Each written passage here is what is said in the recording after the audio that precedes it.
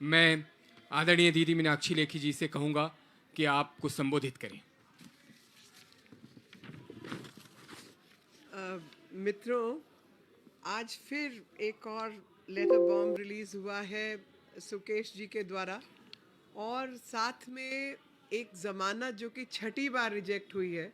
सत्येंद्र जैन जी की ज़मानत 6ठी बार रिजेक्ट हुई है। आपको इस बीच देखना होगा कि 6 बार ज़मानत रिजेक्ट हो गई, चार्जशीट दाखिल हो गई, लेकिन केजरीवाल जी ने अभी तक सत्येंद्र जैन जी को मंत्री बना के रखा है। उनको मंत्री पद से इस्तीफा नहीं दिलवाया, उनका मंत्री पद वापस नहीं लिया, और इसी से साबित होता है कि इस सब कलेश की जो जड़ है वो अरविंद केजरीवाल जी खुद हैं। और केजरीवाल जी मचाए कलेश और जिसका गवाह बने सुकेश। यही लगातार हम सबके सामने आ रहा है कि किस प्रकार से वापस सुकेश ने चिट्ठी लिखी है और चिट्ठी के माध्यम से बताया कि टैबलेट्स जो कि स्कूल के बच्चों के लिए दिल्ली मॉडल के आधार पर खरीदी गई थी। और दिल्ली मॉडल क्या है? दिल्ली मॉडल एक भ्रष्टाचार का मॉडल है, जिस मॉडल के तहत कुछ भी खरीदारी की हो, कुछ भी नई चीज़ बनाई हो, कोई बिजली सड़क का काम हुआ ना हुआ हो, इश्तेहार ज़रूर लगा होगा और ज़मीन पर भ्रष्टाचार ज़रूर हुआ होगा। यही इन्होंने दिल्ली का एक मॉडल बना दिया है। वो स्पष्ट होता है जिस प्रकार से इस चिट्ठी के माध्यम से बताया गया कि छोटे बच्चों के लिए टैबलेट दिल्ली सरकार ने डीओएस के द्वारा खरीदने का प्रबंध किया। 27% कमीशन तय की गई और 27% जो तय की गई कमीशन थी उसको बढ़ाकर सत्येंद्र जैन, अरविंद केजरीवाल एंड पार्टी ने बढ़ाकर 40% कर दिया गया। और जब उसको 40% किया गया तो 40% शायद जो बिचौलिया था उसको वाजिब नहीं बैठता था, उसके हिसाब में नहीं आ रहा था, तो उसको छोड़कर मनीष सिसोदिया जी के एक रिश्तेदार पवन नाम के कोई, उनके द्वारा इन्होंने धंधा दोबारा पत्ती सेट करके उस पर काम किया और उसी के माध्यम से थाईलैंड के अंदर इस भ्रष्टाचार के विरोध में जो भ्रष्टाचारी काम था उसमें जो घूस मिलनी थी उसके बदले में इन्होंने ज़मीन खरीदनी थी थाईलैंड के अंदर, और वो बात इस पे बनी नहीं बनी और किसके द्वारा हुई। इसीलिए आज फिर सुकेश ने इस कलेश का गवाह बनते हुए अरविंद केजरीवाल जी को सतत कहा है कि आप पॉलीग्राफ टेस्ट के लिए तैयार रहें। मैं पॉलीग्राफ टेस्ट देने को तैयार हूं। तो जो अपने आप को जनता का लाडला कहने वाले व्यक्ति हैं वो क्या पॉलीग्राफ टेस्ट के लिए तैयार हैं, या वो खुद भ्रष्टाचारी इतने हैं कि कुछ बोलने लायक नहीं है, जो अपने आप को खुद तगमा पहनाते रहते हैं, गोल्ड मेडल देते रहते हैं, कहते रहते हैं कि ईमानदार हैं और ईमानदारी के नाम पर सरकार में आए, लेकिन आज उन्हीं के साथ काम करने वाले, उन्हीं के साथ सेटअप बिठाने वाले लोग इन्हीं की भाषा से परेशान होकर लगातार किश्तों में एक एक किश्त के अंदर इनके खुलासे कर रहे हैं। और आज की जो किश्त है वो बड़े टाइम पर आई है जब सत्येंद्र जैन की 6ठी बार जमानत जो है वो रिजेक्ट हुई है। और मुझे ये सब देखकर मैं जब हम लोग छोटे थे तो एक टीवी में पाकिस्तानी नाटक आता था, उसका नाम था बकरा किश्तों में।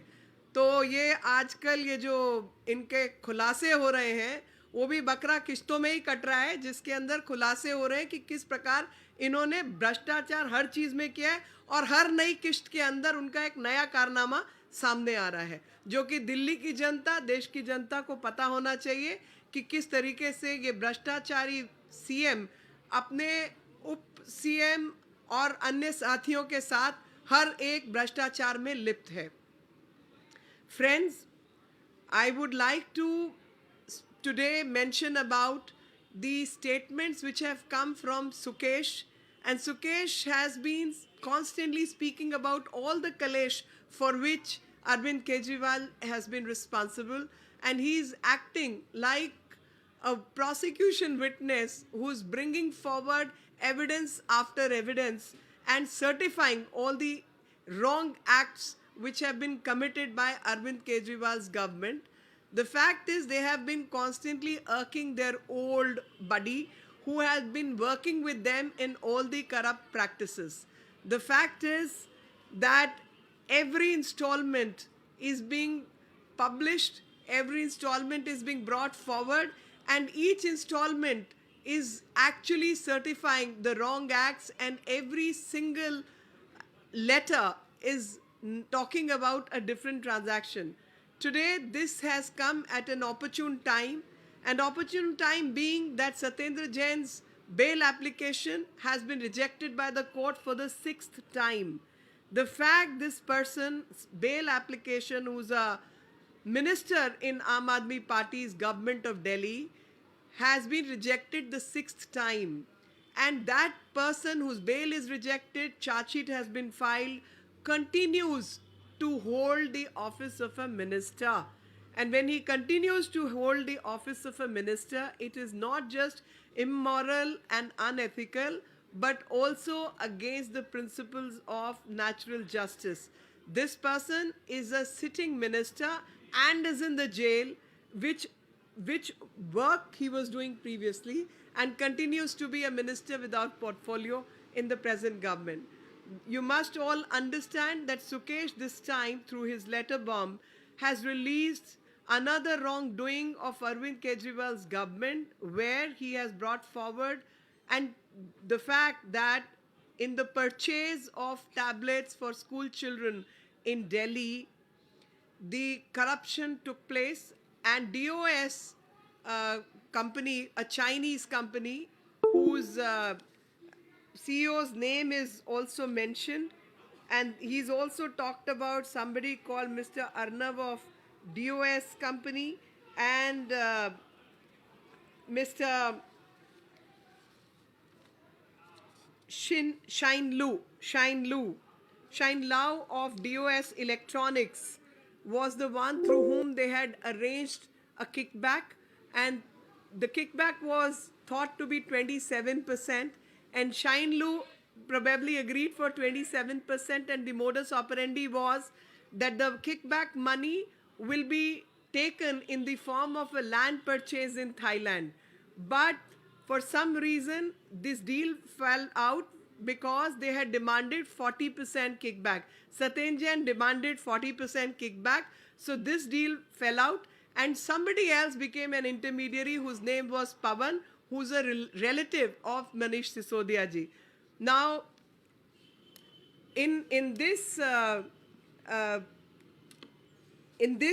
particular aspect, I must say that this particular gentleman has been involved in all corrupt practices. The corrupt practices which involved a Chinese company by the name of DOS Electronics, Mr. Shin Lu in the past, the deal fell out. We do not know with whom they struck the deal, and from 27%, the amount was raised to 40% kickback, and the amount was supposed to be taken by them in the form of a land deal in Thailand. Repeatedly, it is seen that Mr. Kejriwal is responsible for corrupt practices, and so-called the world-famous Delhi model is nothing but a model of corruption, whether it is tablets, the school buildings, the excise policy. Everywhere they are indulging in corrupt practices, whether things get done through corrupt means or not on the ground, but definitely in advertisement they are doing things for which they put advertisement, which itself is a big scam.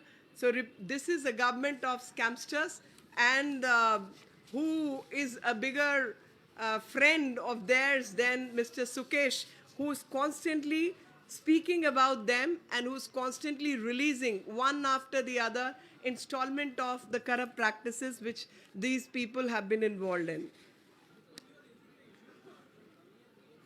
How the Sukesh had written the multiple letters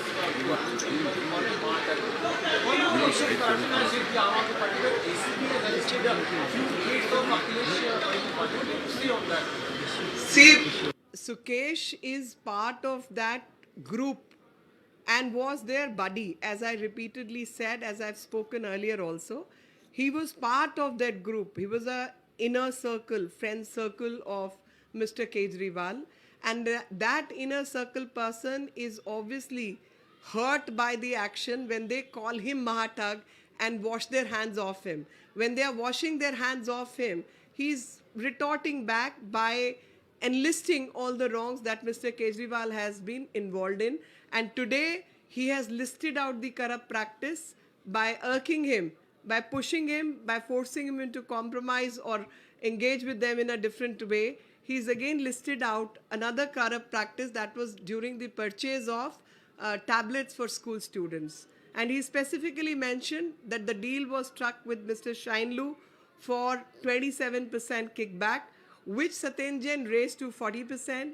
Shinelu walked out probably of that deal, but Pawan, who's a relative of Manish Sisodia ji, had been engaged to further fructify the deal. And this is the detail for which the challenge has been thrown again by Sukesh that Mr. Kejriwal, I am open for polygraph test. You have repeatedly called yourself an honest, upright ladla of the people.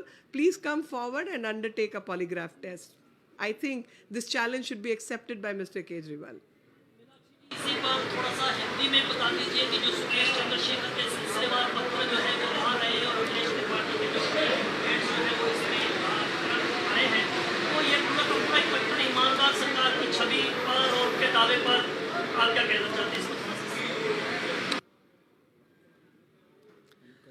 मैं correction करना चाहती हूँ कि जो मनीष सिसोदिया जी का रिश्तेदार है उसका नाम पवन नहीं पंकज है। मेरे मुंह से शायद पवन कभी पंकज निकला है, तो मैं दोबारा क्लैरिफाई कर रही हूँ कि उसका नाम पंकज है। तो आपका जो प्रश्न है उस सिलसिले में मैं यही कहना चाहती हूँ कि हम लोग जब छोटे थे, एक उमर शरीफ का एक वो प्ले आता था, उसका नाम था बकरा किश्तों में। तो ये जो है बकरा किश्तों में ही कट रहा है, जिसके अंदर हर बार नई किश्त के अंदर नया भ्रष्टाचार सामने आ रहा है। और आज की जो चिट्ठी है उसमें सामने आया है कि बच्चों के लिए स्कूल में कुछ टैबलेट्स जैसे आईपैड के जैसे छोटा कंप्यूटर की चीज़ वो खरीदने के ऊपर डील हुई एक चाइनीज़ कंपनी के साथ जिसका नाम था DOS इलेक्ट्रॉनिक्स और शाइनलू उसके मालिक थे। और उस डील के अंदर तय हुआ कि 27% किकबैक इनको दिया जाएगा और वो किकबैक जो है थाईलैंड में ज़मीन खरीद के वो पैसा जो है वापस किया जाएगा, जिसमें ये सुकेश शामिल था। लेकिन बाद में वो डील पलट गई क्योंकि पवन जो है, पंकज जो है मनीष सिसोदिया के रिश्तेदार, उनका नाम सामने आया और पवन ने उस पंकज ने उस डील को स्ट्राइक किया और पंकज ने उस डील को स्ट्राइक करके जो है जो किकबैक का अमाउंट था 27% से उस पत्ती को बढ़ाकर 40% किया गया। और जो सुकेश है, जो इनके पुराने साथी हैं, उन्होंने चैलेंज किया है कि मैं पॉलीग्राफ टेस्ट के लिए तैयार हूँ, केजरीवाल जी को पॉलीग्राफ टेस्ट देना चाहिए क्योंकि वो अपने आप को ईमानदार कहते हैं। अब पंकज से तो मुझे बार बार यही लग रहा है कि पंकज जो है कमल का फूल होता है और कीचड़ में खिलता है, लेकिन ये पंकज साहब तो खुद कीचड़ में सम्मिलित नज़र आ रहे हैं। ये व्यक्ति का तो कुछ और ही कहानी इस चिट्ठी के माध्यम से पता चल रही है। तो ये सही में ऊपर तैर रहे हैं या उसमें लिप्त हैं, जांच का विषय है। तो CBI को ये जांच करनी चाहिए।